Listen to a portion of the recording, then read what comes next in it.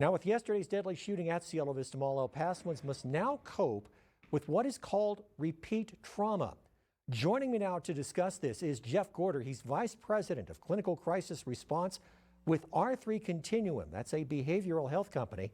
Their clinicians have responded to incidents including the Newtown tragedy, the Orlando Pulse nightclub shooting, the Las Vegas concert shooting, and the breaching of the U.S. Capitol on January 6. Jeff, I mentioned in the introduction about repeat trauma. Give our viewers an explanation. Sure. Thank you, Mark. This is a horrible sense of deja vu, but it is something that is becoming more and more common, unfortunately, that as events are occurring with such sequence and such rapidity, it's what we're coming to call cascading collective crisis. The idea that these crises are stacking up one after another, and the cumulative effect is very powerful.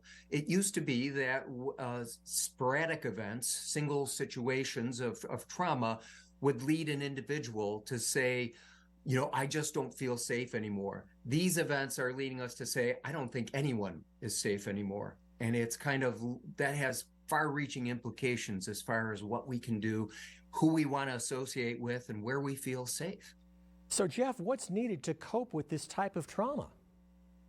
So I think one thing that's helpful is for people to realize the reactions that they're experiencing, the fear, the sense of panic, the anger, the sense of numbness for many people, or I don't feel anything at all, to recognize that all of those reactions and others that I haven't touched on are normal, understandable reactions to this. Now, why is that important? Because we tend to be our own harshest critics. And in the absence of that information, we might say, maybe I'm not doing it right. Maybe I'm not strong enough. Maybe I'm not smart enough. Maybe I'm losing it.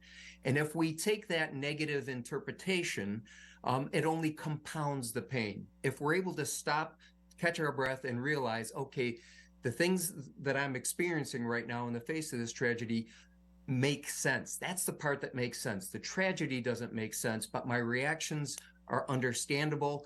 And that allows me to give myself and those around me a little bit of grace, a little bit of opportunity to step back and say, I'm simply being human, and then take the next right step. Jeff Gorter with the R3 Continuum. Thank you so much for your time this afternoon. Thank you so much, Mark.